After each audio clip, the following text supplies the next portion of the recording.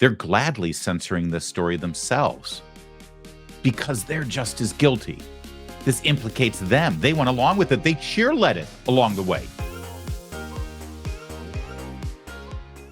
Mark Zuckerberg delivered a letter to the House Judiciary Committee. Let me start by saying that this letter would have never been delivered if Republicans had not won that teeny tiny slim margin of victory to give them the majority in 2022. I know we wanted a bigger majority, but all you need is one to get that gavel and be in charge of these committees. And because of that, Congressman Jim Jordan of Ohio became the chairman of the Judiciary Committee. He took his jacket off, and in his shirt sleeves, he got to work.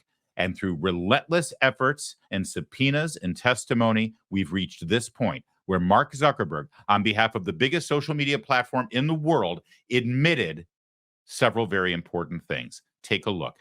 First, he admitted that the Biden-Harris administration pressured him and pressured his company to censor you, to violate your First Amendment rights, because they didn't like what you were saying on social media. And so, rather than doing the dirty work themselves and violating the Constitution, they forced Facebook through relentless pressure and threats to do the dirty work for them and censor your free speech. Number two, Facebook censored all on their own independent American citizens. They did it because they didn't want to get in trouble with the federal government, but they censored you. So know what you're getting when Facebook is looming large over your shoulder during your social media day. And finally, Facebook went out of their way to disrupt the Hunter Biden laptop story, again, under pressure, this time from Donald Trump's FBI. But they weren't Donald Trump's FBI, were they? No, they weren't. They were acting independent of the President of the United States and the Attorney General. They went rogue. They're the deep state. They had an election to win. They wanted a new president. So the FBI just did whatever the hell they wanted. Let's get to the details of this extraordinary letter. Again, on Meta Stationery to the Honorable Jim Jordan. Appreciate the committee's interest in content moderation on online platforms. That's a nice euphemism, isn't it? Content moderation. As you're aware, Meta has produced thousands of documents as part of your investigation and made a dozen employees available for transcribed interviews. Further to our cooperation with your investigation, I welcome the opportunity to share what I've taken away from this process. There's a lot of talk right now about how the U.S. government interacts with companies like Meta, and I want to be clear about our position. Our platforms are for everyone. We're about promoting speech and helping people connect in a safe and secure way. As part of this, we regularly hear from governments around the world and others with various concerns about public discourse and public safety. Right there, I just want to say that anytime we talk about free speech and the people who are in charge of sort of being the gatekeepers, or in this case, content moderators for your free speech, and they use the term safety, always be aware, always be suspicious, always be prepared for your voice to be silenced. Because safety, don't you know? And one of the most insidious developments in modern America or Western civilization over the last 50 years has been the lie that words are harmful, that words are violence. You have to have some sort of advanced degree from a liberal arts college to come up with this asinine idea. When I grew up, sticks and stones could certainly break your bones, but words can't hurt you. Now we have generations growing up learning the exact opposite, that words are violence. They're not. You know what violence is? Violence is violence. And words are not violence. So when he looms there with safety embedded into what he's saying, understand that they will continue their censorship regime if they can cloak themselves in safety. We're trying to protect people because words are violence. Let's go back to the letter, though, because now the revelations begin.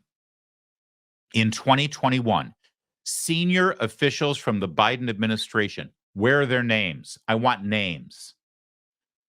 Senior officials from the Biden administration, including the White House, repeatedly pressured our teams for months to censor certain COVID-19 content, including humor and satire. Including humor and satire. You're making jokes about COVID-19, about the vaccine, about masks. You're trying to lighten the mood. You're trying to make jokes with your friends and family, or maybe your audience during the pandemic, and you make jokes about that stuff. The Biden administration pressured Facebook to censor you, even though they recognized that it was humor and satire. This is why we're stuck with Stephen Colbert. This is why we're stuck with Saturday Night Live being as stupid as it is, because these people try to be arbiters of humor and satire, and only the permitted humor and satire are allowed to get through the gateways. And expressed a lot of frustration with our teams when we didn't agree. In other words, Facebook pushes back and says, guys, we can't delete this. That's censorship. And the Biden administration replied and expressed, how did he put it? A lot of frustration. Yeah. It's one thing for people to express a lot of it. If you express a lot of frustration with Facebook or with Mark Zuckerberg or with Meta, and I know we're on Facebook right now. Hi, everybody up there in Meta land. Don't worry. We're, doing our best. Watch, this will be our worst performing video of the last month on Meta. When you express your frustration with Mark Zuckerberg or whoever is monitoring your content on Facebook, it doesn't really have an impact, right? Write your strongly worded letter, send a message to the AI bot at Facebook that's supposed to deal with your frustration. Listen, go ahead. Let's see what happens. But when you're calling from the White House, when you're a senior member of the Biden administration and you're expressing a lot of frustration, I promise you, Zuck hears that a little louder than your frustration. This is an abuse of power. It is an abuse of power at the expense of your constitutional rights. Ultimately, it was our decision whether or not to take content down, and we own our decisions, including COVID-19 related changes we made to our enforcement in the wake of this pressure. I believe the government pressure was wrong, and I regret that we were not more outspoken about it. I also think we made some choices that, with the benefit of hindsight and new information, we wouldn't make today.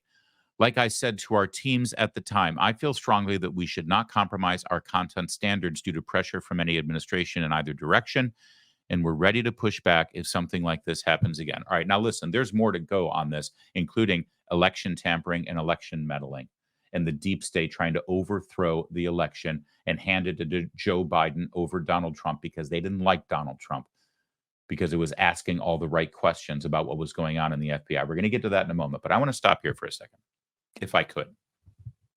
I'm so fired up about this topic, and I'm so grateful to House Judiciary and specifically Chairman Jim Jordan for pressing this issue the way they have.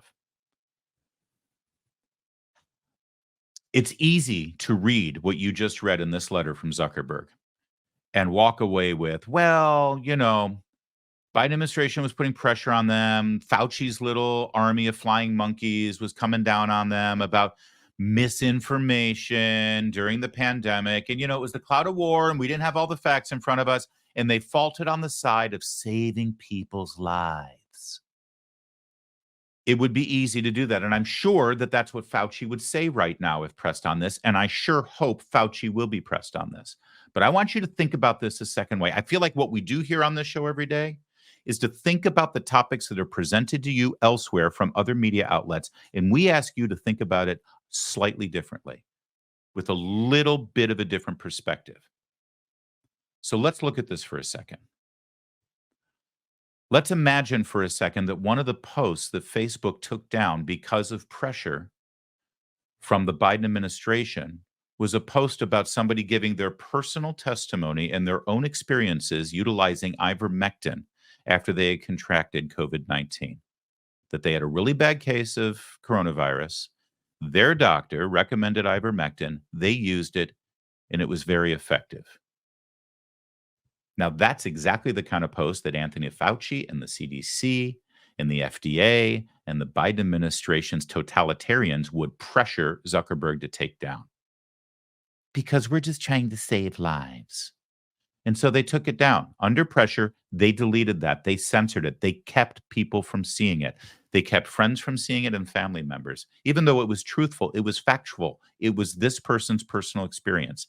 And by removing it, by deleting it, by censoring it, and by taking that information down, that prevented tens, hundreds, thousands, maybe even millions of people seeing that post. Tens, hundreds, thousands, maybe millions of people who had a bad case of coronavirus, who could have taken that information and pressed their own physician and said, listen, I saw this and a friend of mine, a friend of a friend, this got shared on my page. They said ivermectin might be worth looking into. Could you look at that for me? And the doctor says, well, listen, I mean, there's a mixed opinion on that. I've used ivermectin before for other purposes. It's been around for a long time. It's not dangerous. Sure. You know what? I'll prescribe ivermectin off label and you can try it. And then it made a difference and it helped that person. But they didn't get to see that post. And so they didn't say to their doctor, give me ivermectin. They didn't have a chance to actually get that information because the Biden administration forced Facebook to delete it. And that person who didn't see the information about ivermectin died. They died of coronavirus without any help, without any treatment. Sure, it's really nice to say, well, they didn't know, and so they were trying to save lives. No. When you censor people, when you make the decisions as God Almighty, what voices are allowed to be heard and what voices are not allowed to be heard, what ideas are allowed to be shared and what ideas are too dangerous to be shared, you have now taken responsibility for the repercussions of that decision. So now, under the guise of, well, we're trying to save lives because we don't know. If you don't know, you don't know. And under the guise of saving people's lives, you've cost people their lives. So enough with this, oh gosh, be devil's advocate. They didn't know, but let's just move on, please. No. You took an action. You took an action that could very well have resulted in people dying. Safety. We hear from governments around the world and others with various concerns around public discourse and public safety. Public safety. You deleted people's own personal experience about a treatment for the coronavirus, resulting in a degradation of public safety. Don't let these George Orwells twist words around. They did not do this out of concern of public safety. They damaged public safety. They did this out of concern of saving their own asses because they didn't want the government to come down on them. The government came down on them because they wanted to own the narrative and force people to take the shot. Oh, and let's talk about the shot for a minute. Let's say somebody posted something on Facebook talking about their experience with their 17-year-old, completely healthy, athletic, young son who now has myocarditis. And the only thing doctors can point to is the COVID shot. And that got removed. That got deleted. Because that might keep people from getting the shot. And there's no evidence, there's no proof that there's any connection with myocarditis. Of course, now we know there is a link to myocarditis. And it seems to especially show up in young, healthy, athletic men who were never in danger from the coronavirus. Not one person in their teens or in their youthful 20s, low 20s, early 20s, who were healthy, had no other comorbidities, not one of them perished from COVID-19. Thank God. But they were forced to get that shot. And parents and these young men themselves were never able to see real information shared by their friends through social media about myocarditis. Now, listen, for all I know, this video is not going to get a tag on it about the shot and about COVID-19. I don't care. You're proving our point. But if those young men now have to deal with myocarditis because they didn't see something on Facebook, that's on them too. Don't grandstand and excuse all of this because you were trying to do it out of people's health and public safety. This is outrageous. You cannot let them forget it. You can't forget it. This is why we have a First Amendment. This is why we have free speech. And just because the channels that we use to exercise that free speech happen to be platforms that are owned by corporations doesn't mean that you relinquish that right.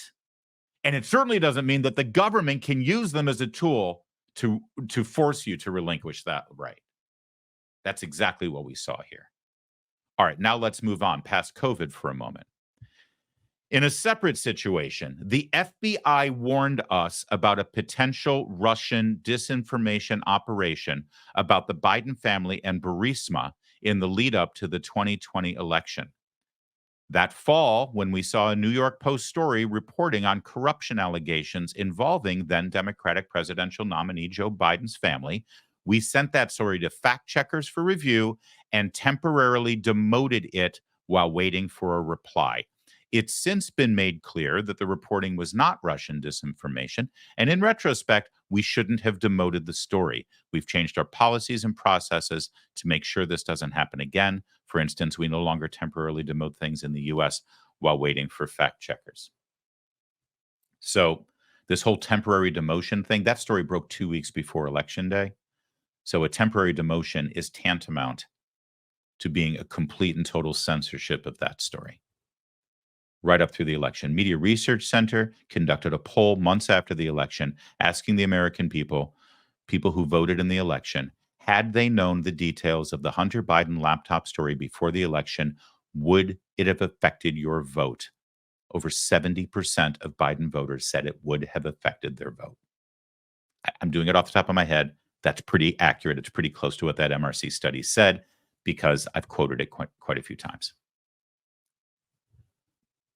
Here's the most important takeaway from what I just read you about the FBI proactively tampering with the election by alerting Facebook and other social media. We've already learned this happened at Twitter through the Twitter files with that award-winning investigative journalistic masterpiece that was done on the Twitter files showing exactly what happened thanks to Elon Musk releasing the internal emails. We know this has happened across the board about the Hunter Biden laptop story. And we know it was engineered by the FBI. And they proactively let people know that if this story came out, they should stop it. But here's the most important part of this, if I can highlight it for you. The FBI warned us about a potential Russian disinformation operation about the Biden family and Burisma in the lead up to the 2020 election. Now, if you have followed this story the way I have, you already know what I'm about to say. The laptop was handed over to the FBI from that computer store repairman in Delaware in December of 2019. The reason the FBI was able to warn Meta about a potential Russian disinformation operation about the Biden family and Burisma in the lead up to the 2020 election is because they had the laptop. They already had it. They knew the story. And presuming that there was a possibility that it was going to leak to the media, the FBI, acting on behalf of the Biden campaign and the Democrats, preemptively warned and got out in front of the story to let them know that this story that is real, that we have had the evidence for since December of 2019, could break. And so we're going to tell you ahead of time that it's Russian disinformation, even though they knew that it wasn't Russian disinformation. They knew from day one that it was truth. They knew from day one that it was a real story. And they proactively got the wheels in motion to censor the story once it hit. And the only reason for them to do that was because they wanted Joe Biden to be the next president. I hear a lot about election interference. I hear a lot about threats to our democracy. I hear a lot about, disinformation and misinformation. The fact of the matter is, during that entire news cycle, the misinformation, the disinformation, the propaganda is not what conservative media was telling you, not what the New York Post was telling you, not what streamers and talk radio hosts was telling you. The misinformation and disinformation is what was repeated in the legacy corporate-owned mainstream media, hand-fed, spoon-fed to them by your United States government. It's undeniable now. I dare anybody to dispute what I just said. The FBI got in front of a story that they already knew was truthful because they had the evidence. They had the laptop. Finally, in this letter, apart from content moderation, I want to address the contributions I made during the last presidential cycle to support election infrastructure. The idea here was to make sure local election jurisdictions across the country had the resources they needed to help people vote safely during a global pandemic. I made these contributions through the Chan Zuckerberg Initiative. They were designed to be nonpartisan, spread across urban, rural, and suburban communities. Still, despite the analysis I've seen showing otherwise, I know that some people believe this work benefited one party over the other.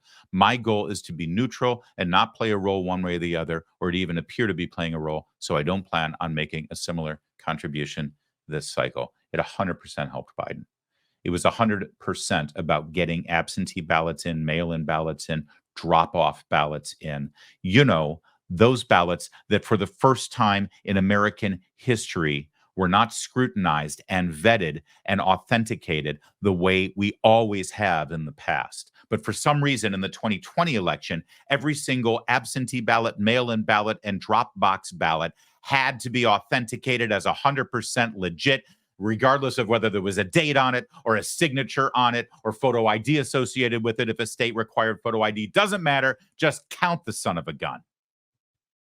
And that was all acquired and harvested, if you will, through Zuckbucks, through private money given to government institutions in targeted locations and zones that all ended up helping change the election results from 2016 to 2020. But now he says he's not going to do it again. So there's that. Just as a reminder, if you're a frequent viewer of this program, you know that Zuckerberg has already sort of alluded to this. Earlier this year, he was on with Joe Rogan, and he basically said this. The difference is this is under oath in a letter to the Judiciary Committee, and it's explicit. But here's what he said to Rogan earlier this year. How do you guys handle things when they're a big news item that's controversial? Like there was a lot of attention on Twitter during the election because of the Hunter Biden laptop story. The New York Post. Had that too. Yeah, so you guys censored that as well?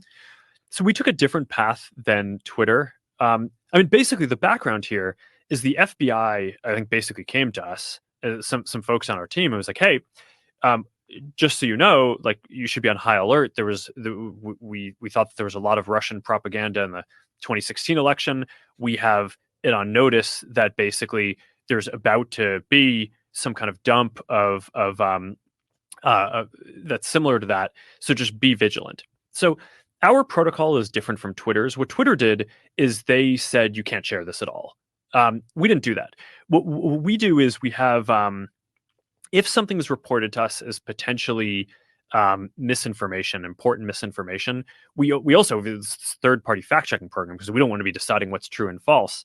And for I think it was 5 or 7 days when it was basically being determined whether it was false, the distribution on Facebook was decreased, but people were still allowed to share it. So you could still share it, you could still consume it.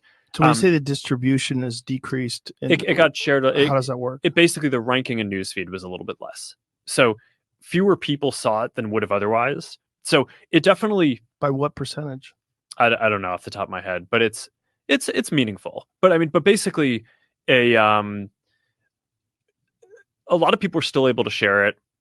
We got a lot of complaints that was the case. Obviously this is a hyper political issue. So depending on what side of the political spectrum, you either think we didn't censor it enough or censored it way too much. But we weren't sort of as black and white about it as Twitter. We just kind of thought, hey, look, if the FBI, which I still view as a legitimate institution in this country. It's a very professional law enforcement.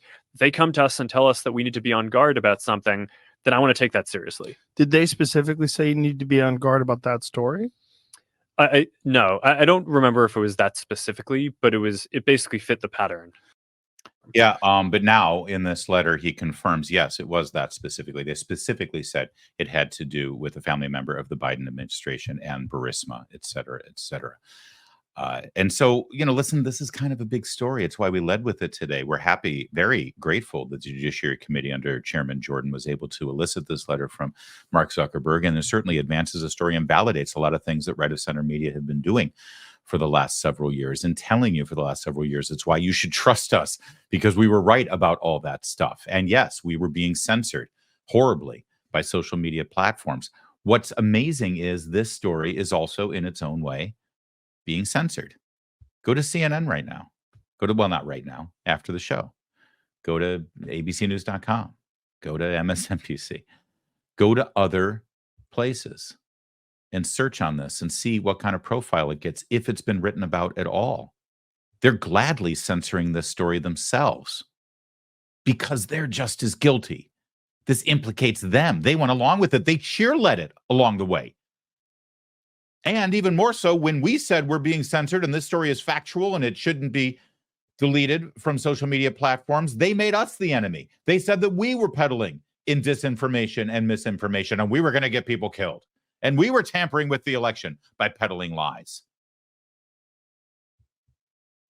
They're part of the problem, and they continue to be part of the problem. This thing is still happening today. And between now and Election Day, or really election season, which starts in about 3 weeks in some states, if they did all of that then, just wait till you see what they're going to do this time.